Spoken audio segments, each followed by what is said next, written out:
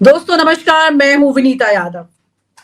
दिल्ली में पिछले 10 साल से राज कर रहे दो ऐसे व्यक्ति जो कि ये दावा भी कर रहे थे कि भाई कैसे उन्होंने देश के बाहर जाकर दुनिया में देश का नाम बड़ा कर दिया, अपना नाम तो जैसे अमर कर दिया।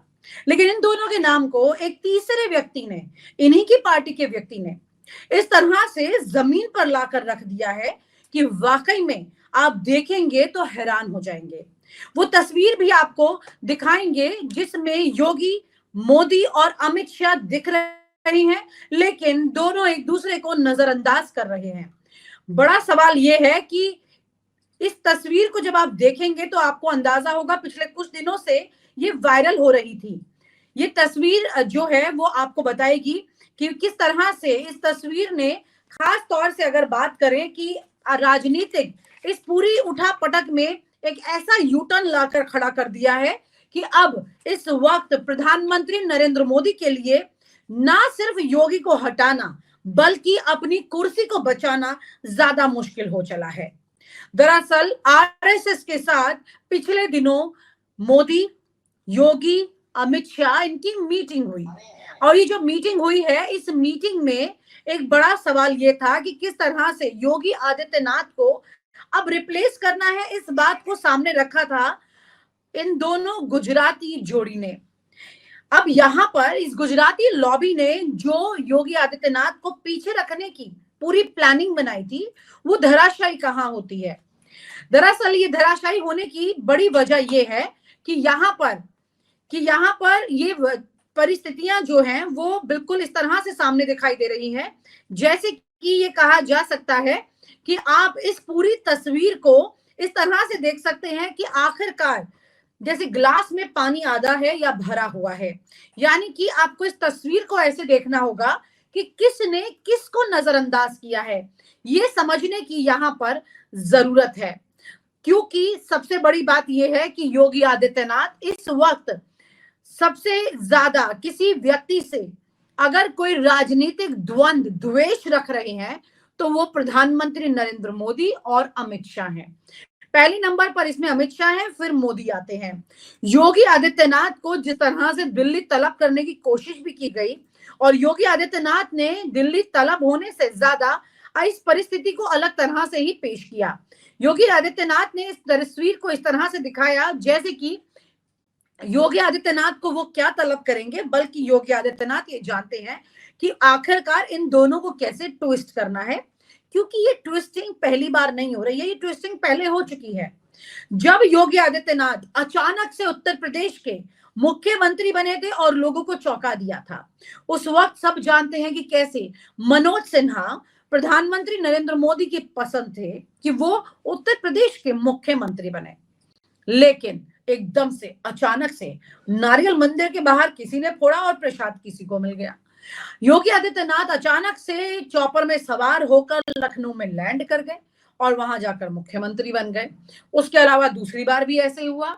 चर्चाएं जोरों पर थी, लॉबी पूरी तेजी में थी और ये देख रही थी कि आखिरकार कैसे वो अब इस पूरे समीकरण को बदल देगी। लेकिन ये समीकरण बदला नहीं, कुछ और ही यहाँ पर हो गया। यहाँ पर अब योगी आदित्यनाथ दूसरी बार भी इसी तरह से यहाँ पर दिखाई देता है कि कैसे अचानक से एक बार फिर से मुख्यमंत्री बन गए। उसी के साथ साथ एक बड़ा सवाल ये है कि योगी आदित्यनाथ जब मुख्यमंत्री बने तो उसके बाद अब तीसरी बार जब योगी आदित्यनाथ को हटाने की पूरी कवायद की जा रही है, उस वक्त में योगी आदित्यनाथ हटने नहीं वाले हैं। अभी तीसरी परीक्षा है। 2 बार मात दे चुके हैं योगी आदित्यनाथ प्रधानमंत्री मोदी और अमित शाह को। अब तीसरी बार मात देने की तैयारी चल रही है। ये एक ऐसी तैयारी है जिसमें योगी आदित्यनाथ के आते के साथ ही तस्वीर बिल्कुल एक बार फिर से ये बता देगी, क्योंकि इस बार योगी आदित्यनाथ के सामने मोदी और अमित शाह दोनों कमजोर पड़ते दिखाई दे रहे हैं। ये वीडियो देखिए।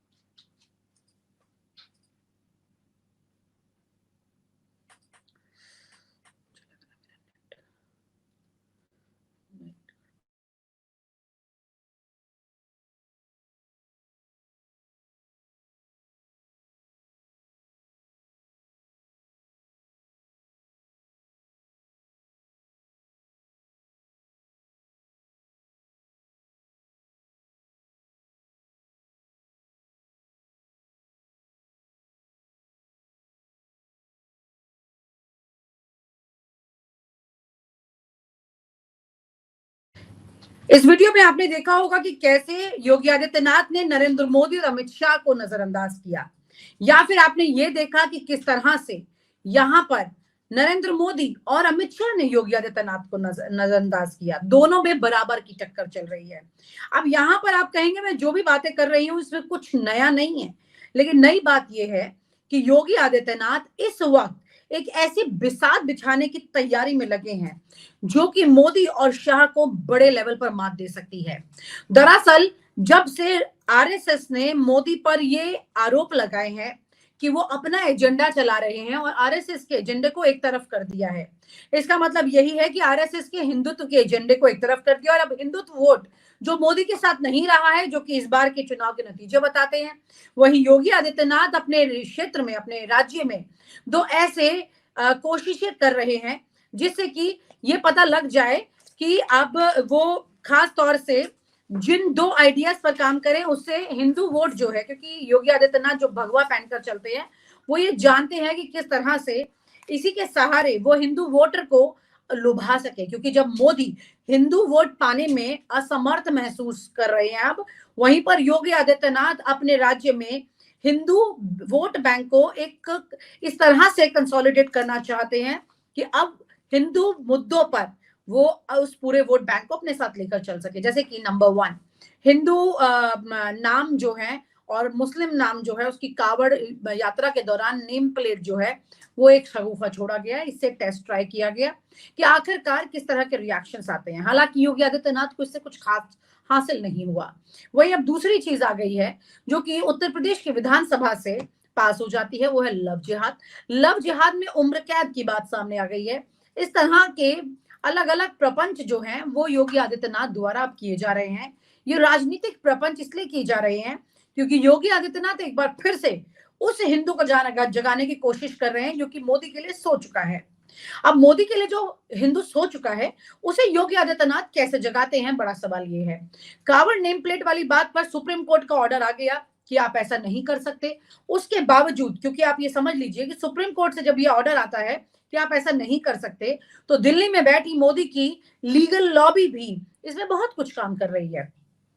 योगी आदित्यनाथ को इस मामले के लिए बैकफुट पर जाना पड़ता है, लेकिन बैकफुट पर वो जाते नहीं है क्योंकि उनकी जो पुलिस है, राज्य की जो पुलिस है, वो सुप्रीम कोर्ट के ऑर्डर के बावजूद लोगों को ये कह रही है कि आप अपना नेम प्लेट जो है वो लगाएंगे, इसे हटाएंगे नहीं।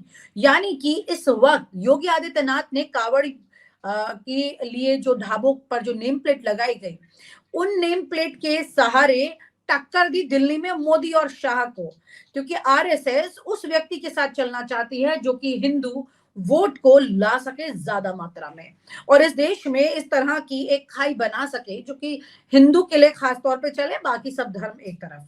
वहीं पर अब योगी आदित्यनाथ उस एक पड़ाव से आगे आए क्योंकि कावड़ वाला मामला एक परसेप्शन के लिए था, एक मैसेज देने के लिए था, वो मैसेज चला गया, वो संदेश वो देना चाहते थे, उस संदेश से उनको कितना फायदा हुआ अभी उसका आंकलन करना ठीक इसलिए नहीं होगा क्योंकि योगी आदित्यनाथ एक थोड़ी दूर की कौड़ी खेलने की कोशिश कर रहे हैं। जल्दबाजी में इन्होंने अब लव जिहाद पर उम्र कैद विधानसभा में कर दी। अब ये मानकर चलिए कि इस तरह के मुद्दों को लेकर आना, जब देश में डेवलपमेंट की बड़ी बात होनी चाहिए, जब इतनी परेशानियां हो रही हैं, जगह जगह पानी भर रहा है, सड़कें टूट रही हैं, हाथ से लोग सड़क खोल देते हैं, इस तरह की परिस्थितियां सामने आ रही हैं, दुनिया भर के रेप के केसेस हो रहे हैं, लोगों की हत्या हो रही है, डकैती खुलकर हो रही है, इन सब मुद्दों को छोड़कर लव जिहाद पर उम्र कैद की बात करना विधानसभा में, ये ऐसे मुद्दे को तरजीह देना, ऐसे मुद्दे पर समय निकालना विधानसभा का, इन तमाम मुद्दों को छोड़कर ये अपने आप में बता रहा है कि सरकार का जो मुखिया है उसका एजेंडा क्या है।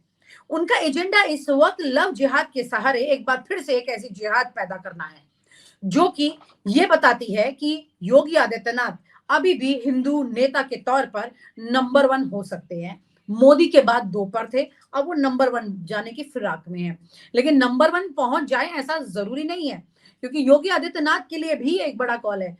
भले ही अखिलेश यादव